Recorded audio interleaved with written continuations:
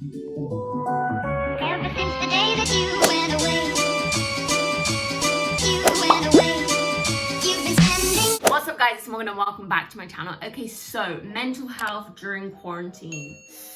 As most of you guys know, I am diagnosed bipolar, so looking after my mental health is something that I avidly try and do, and looking after your mental health in general is difficult, but adding in a global pandemic and quarantine, that makes it 10 times harder. So in today's video, I'm going to say 6 reminders and things that I've been doing that can help you look after your mental health during quarantine. So let's go.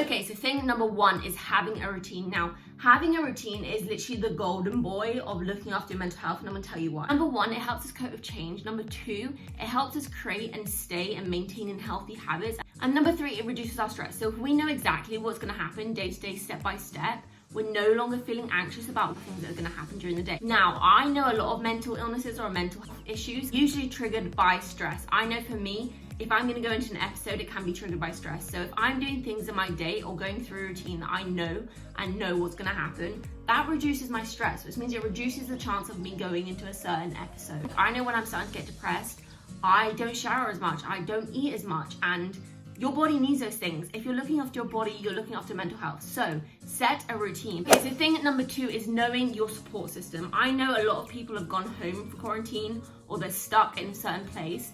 And just because some people have gone home doesn't necessarily mean they're with their support system. So guys, make sure you know who your support system is, whether that's your friend, whether that's your mum, whether that's your dad, whether that's your doctor, whether that's a random number hotline like Samaritans that you know you can call if you're having a bad day. Okay, thing number 3, know your symptoms. And this is one of the most important things I feel. What I mean by know what your symptoms are, okay, so I know for me, if I'm going into an episode, say a manic episode with bipolar, I know that I start sleeping less, and I know that I don't eat enough. I don't eat as much as I would, and I know that I feel like I don't need to have a cup of coffee in the morning. It's just tiny things I know that means I'm going into an episode. So know what happens before you have some sort of mental decline, whether that's you know what you feel like before you go into a panic attack, you know how you feel before you start having a depressive episode. Whatever it is for you, make sure you know so that you can put things in place if you start feeling like that. On top of that, write a journal or something to keep track of things. So today I did this and this and I felt like this, and then the next day I did this and this and I felt way better. And then you can correlate, you can be like, right, I know that if I do that, I'll feel like that, because then you can put things in place for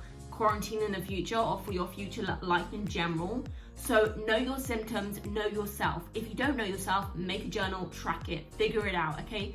It might be something simple as, I know when I don't want to go outside that I'm feeling more anxious. No, whatever it is for you, know your symptoms. Okay, so for number 4, it's remembering it's okay to feel how you feel. So there's this thing called toxic positivity, and I'm not going to go too much detail about it, but it's basically where you don't feel like you can validate your feelings because everyone's saying to you, you have to be positive. I don't know if you've seen it on social media, but it'll be like, you know, if I said something to someone, I'd be like, oh, I'm feeling really bad, and they say, well, you shouldn't feel bad, you should only feel positive, you shouldn't feel bad, there are people feeling worse off than you. It basically makes you feel like you can't validate your feelings, you can't feel bad because you have to be positive. And the people like spreading toxic positivity only accept positive things, like negative things don't happen.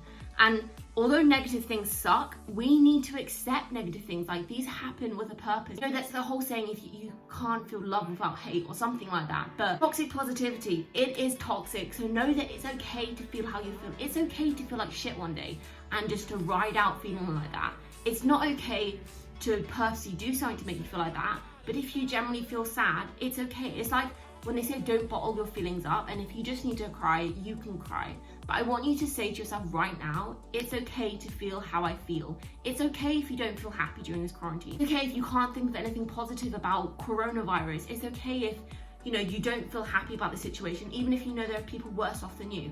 It's okay to feel how you feel. Okay, so for number 5, this is something that's really helped me, and it's having affirmations to think about or say. When I first heard about affirmations, I thought they were just this sort of yoga, wishy-washy thing that people do.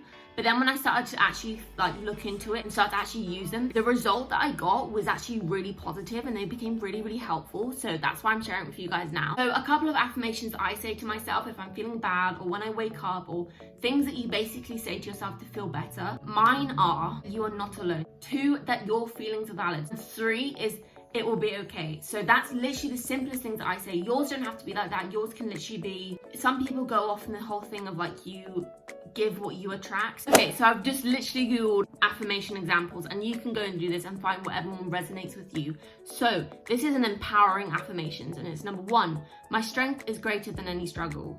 I'm fearless, I'm getting stronger every day. I'm in awe of what my body is capable of.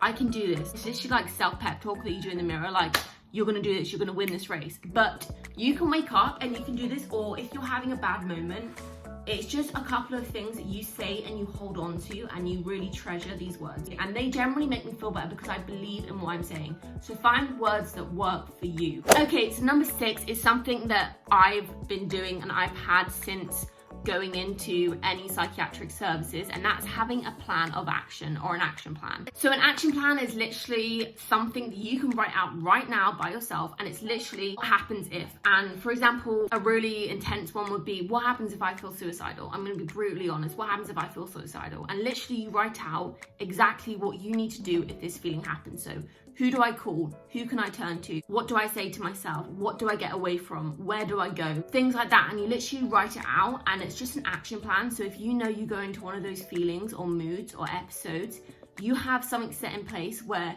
you don't have to think about what to do. Like, you know, when you're in those episodes, when I feel really depressed, I'm not like logically thinking, I'm not going to sit there and think, oh yeah, I know exactly what to do. But if I have a piece of paper that's written on it, call this number right now, I'm going to call the number. It's the same if I'm feeling manic. I've written down, Morgan, if you feel like you're not eating, if you feel like you've got so much energy, if you feel very agitated, then I suggest that you call this number, you know, do this, have a shower, calm down, whatever it is. Write an action plan for yourself. Even if it's just literally a bubble, it's literally like, if I feel sad, and then it's do this, do this, do this, do this. And it can be distractions, it can be numbers you can call, it can be anything. But have a plan of action in place, because 1, it will make you feel safer. 2, it will be just a perfect backup plan. Like, backup plans are amazing. It will relieve your anxiousness, and generally I think it will just make you feel better because you feel like you're in a secure position. And it makes you also assess and know your support network, your support system, everything like that. So have an action plan. Write one right now. Literally, it can be nice and pretty and bubble writing, whatever you want to do, but write one right now. Okay, so that is 6 things that you guys can be doing and remind yourself to look after your mental health right now. I know it is such a difficult time. I know it's sort of anxious circumstances. There's so much going on. I know it can feel like you're a bit hopeless and you're a bit lost and you don't really know what to do. Or it can also feel like Groundhog Day, like you're doing the exact same thing. You feel like you don't have a purpose. You've lost your sort of sense. But if you guys try and implement these things into your daily life, into your routine, into your mindset now, I hope these helped. I just want to say as a general statement, guys, please be safe. Please look after yourselves. Please reach out if you need help. I'm going to attach down below in the description websites and numbers of people and sites that you can use if you need to reach out to someone, such as Samaritans and stuff. If you don't have a support network, if you don't know where to turn, if you don't know who to call but you need help, call them. Have a look at them down below. And yeah, I'm sending my love to anyone that needs it. But that'll be the end of this video, guys. I hope you guys liked it. Like and comment. Comment down below if you have any mental health tips or any questions or anything. Comment anything you like. And subscribe if you haven't. But I'll see you guys next time. Peace.